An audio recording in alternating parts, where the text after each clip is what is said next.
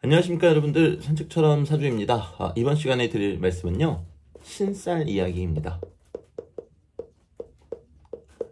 그 중에서도 이제 12신쌀 말씀을 좀 드려보고자 해요.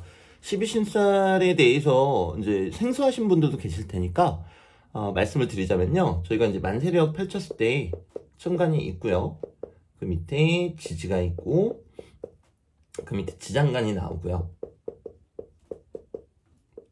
칸이 두 개가 이렇게 있죠. 그래서 여기에 무슨 망신쌀, 뭐 연쌀 막 이렇게 써져 있는 것들이 있잖아요. 망신쌀 세 줄씩 써져 있을 거예요. 세 줄씩. 요게 이제 12신쌀입니다. 12신쌀이고요. 여기 밑에 있는 게 이제 기타신쌀이라고 이야기하는 거고요. 네, 그래서 12신쌀은 말 그대로 12가지의 신쌀이 있습니다. 그리고 저희한테 정말 친숙한 뭐 도화쌀부터 시작해서 뭐 망신쌀 뭐 여러 가지가 있죠. 뭐 이를테면은 겁쌀, 뭐 도화쌀. 근데 어플에는 도화쌀이라고 안 나옵니다. 연쌀이라고 나오죠. 연쌀. 쌀, 그리고 반환쌀, 그리고 뭐 지살. 이거 다 써야 될까요? 네. 제가 알겠죠. 네, 화개쌀. 쓰는 김에 다 쓰죠 뭐. 12개. 망신쌀, 육회쌀, 천쌀, 그리고 역마쌀, 제살, 월쌀. 네, 이렇게 아주 총 12가지 12신쌀이 나오게 됩니다. 근데 저는 이제 오늘은 이 12신쌀에 대해서 강의를 드리려고 하는 게 아니고요, 요 메커니즘, 이제 허와 실에 대해서 좀 말씀을 드리고자 해요. 근데 이렇게 쓴 이유는, 여러분들이 신쌀에 대해서 잘 모르시는 분들은 어느 쪽이 12신쌀이고 어느 쪽이 아닌지 이제 헷갈리실까봐 이렇게 적어드린 거고요. 근데 이 12신쌀이라는 거는요, 뭐 당연히 제각각이 갖고 있는 뜻이 있겠죠. 네. 근데 문제가 하나가 있습니다. 이 12신쌀은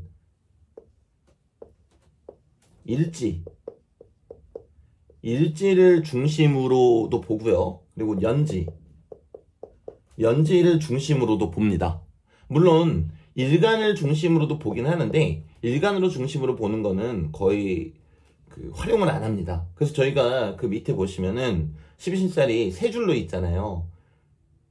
하나, 둘, 셋, 이렇게 세 줄이 있는데, 연지 중심으로 보는 게 1번이고요. 일지 중심으로 보는 게 2번이고, 일간 중심으로 보는 게 3번이에요. 근데 이 3번은 거의 취용을 잘 안 한다는 거죠.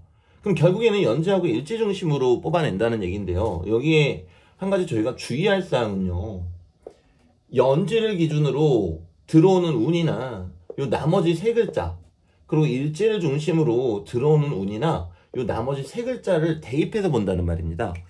자, 지금 느끼신 분들도 계실지 모르겠는데, 그렇게 되면요, 천간은 아예 빠져버리게 돼요. 그러니까 천간을 보지 않겠다라는 거죠. 천간을 보지 않고 지지, 즉 땅의 움직임, 현실의 움직임만 보겠다라는 거예요. 자, 얼핏 들으면 대단히 일리가 있는 말처럼 보입니다. 왜? 저희가 땅에 살고 있으니까. 근데 제가 예전에 어떤 영상에서도 말씀드렸지만, 결국에 사람이 하는 일을 받아주는 거 아닌가는 하늘의 뜻에 달려있다라고 생각하시면 되세요. 그러니까 마지막 한방, 그리고 시작을 가능하게 하는 거는 결국에는 하늘이 받아주는 거 아닌가의 이치라는 거죠. 하지만 이 12신쌀을 너무 맹신하시고 이 12신쌀로만 사주 명리를 풀이하시게 되면은 하늘의 뜻은 아예 배제하고 보는 게 된다라는 겁니다. 그렇기 때문에 문제의 여지가 크다라는 거겠죠. 자, 그리고 두 번째, 그렇기 때문에 만약에 어떤 분들이 뭐 인, 신 이렇게 있다고 가정을 해볼게요. 지지에. 자, 두 개를 제가 써보겠습니다. 그럼 지금 지지가 이 A라는 사람하고 B라는 사람하고 똑같이 나오겠죠? 그럼 이 12신쌀도 똑같이 나올 수밖에 없단 말입니다. 그게 왜? 싶으신 분들을 위해서 제가 가상의 사주를 한번 적어볼게요. 무인, 갑신. 그냥 아무거나 적겠습니다. 물론 이 연에 따라서 나올 수 있는 월이 한정돼 있고 또 일에 따라서 나올 수 있는 시가 한정돼 있긴 합니다만 지금 이해를 돕기 위한 거니까 아무거나 써볼게요. 네. 그리고 임, 갑, 무, 개. 자, 지금 보시면은 완전히 다른 사주 명식이 됐죠. 그런데 12신살은 똑같이 나온다 라는 말입니다. 자, 그리고 두 번째는요, 이 12신살이 사실 뭐가 좋고 뭐가 나쁘고가 아니에요. 이 모든 12가지의 12신살이 좋거나 나쁘거나를 포함해요. 나쁘거나. 뭐 예시를 한번 들어볼까요? 저희가 이 도화살, 가장 유명하죠. 연살이라고 하면은 내가 나를 뽐내거나 나를 뽐내고 드러낸다. 뽐내거나 아니면 색정으로 패가 망신당한다. 이렇게 얘기를 합니다. 자, 반환살 같은 경우는요. 지금 이 상태로 있는 게 너무나 안정적이다. 반환살 대단히 그 12신살기의 슈퍼스타입니다. 네. 안정적이다. 이렇게 얘기하거나 또는 내가 도태되어서 안 좋다. 이렇게 얘기한단 말이에요. 자, 이 모든 게 다 마찬가지. 뭐 저희한테 유명한 망신살 같은 경우도 내가 망신당하는 거니까 좋을 때에는 사람들 앞에 나선다. 앞에 나선다. 그러니까 대단히 좋은 거죠. 나를 드러낸다. 근데 나쁠 때는 말 그대로 망신당한다. 이렇게 얘기를 하더란 말입니다. 그러니까 결국에 이 두 번째 이야기는 뭔가 하면요. 이 12신살이라는 게 이래서 좋거나 이래서 나쁘거나 이래서 좋거나 이래서 나쁘거나 이 12가지가 모두 다 그렇다는 말입니다. 모두 다 그래요. 네. 그럼 결국에 그냥 어떠한 기운이 온다. 요 정도로는 저희가 짐작을 해볼 수 있어도 앞서 말씀드린 것처럼 첫째, 천간을 반영하지 않았다라는 점. 그리고 둘째, 이 해당 기운이 모두 다 좋거나 나쁘거나로 간다라는 점. 그렇기 때문에 정확한 판단을 하기가 어렵다라는 거죠. 물론 12신살 잘 보시는 분들은 이 좋거나 나쁘거나를 이제 이 들어오는 운의 기운이 그 오행이 이 사람 명식에 어떤지를 보고 해석을 하세요. 근데 그렇게 해석할 거면은 굳이 12신살을 활용할 필요도 없다라는 거죠. 네. 어차피 그 오행을 보고 판단했다는 것 자체가 이 12신살만으로 판단했다는 뜻은 아니잖아요. 자, 그러면 12신살은 또 아예 필요가 없는 것이냐 라고 한다면은 저는 또 그렇지는 않다라고 말씀을 드리고 싶어요. 그 이유인 즉슨 앞서 말씀드렸다시피 지지의 반응만을 보고 만든 게 12신살이잖아요. 그리고 그러한 명칭이 아무런 이유 없이 붙지는 않았을 거란 말입니다. 네. 그렇다면은 지지끼리만의 그 반응과 작용을 12신살을 통해서 거꾸로 학습하고 연구하는 데에는 큰 도움이 된다고 생각을 해요. 연구하는 데에는.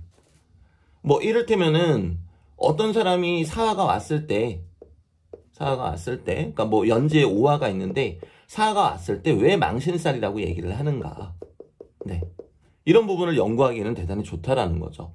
뭐 가정을 해보자면은 오화는 왕지잖아요. 왕지인데 방합적으로 봤을 때, 삼합이 아니라 계절적으로 봤을 때 이 오화를 도와주러 오는 게 한편으로는 사화란 말입니다. 네. 사화니까 드러나게 해주는 거구나. 이런 식으로 저희가 또 생각해 볼 수도 있겠죠. 네.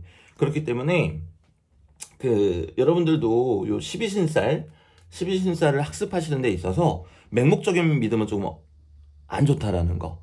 네. 그 부분 한번 또 생각해 보시고요. 그리고 흥미 위주로는 정말 좋습니다. 되게 재밌어요. 이 12신살 자체가. 그래서 흥미 위주로 공부하시기는 너무나 좋고요. 그리고 높아심에 말씀드리는데요. 그 기타신살이라고 해서 그럼 기타신살은 더 참고할 가치가 없겠네 라고 생각하시면 안 되세요. 기타신살 중에서는 그 명칭이 기타신살, 그러니까 뭔가 12신살보다 덜 중요한 것처럼 비춰질 만한 것들이 있는데요. 사실은 뭐 양인살이라든가 괴강살이라든가 또는 백호살이라든가 또 기타 등등 몇 가지 더 있을 겁니다. 이런 사회성은 대단히 중요합니다. 그러니까 저희 어플에 기타 신살로 분류가 되어 있는 것 뿐이지 사실상 기타 신살이라고 볼 수가 없다라는 거죠. 그리고 지지만 놓고 판단한 것도 아니에요. 그 밑에 있는 기타 신살 중에 어떤 것들은요. 하지만 12신살은 지지만을 놓고 논했기 때문에 그 문제가 조금 드러날 수밖에 없다. 그래서 맹목적인 믿음은 위험하시다. 이렇게 말씀드리면서 오늘 영상은 끝마치도록 하겠습니다. 감사합니다, 여러분들.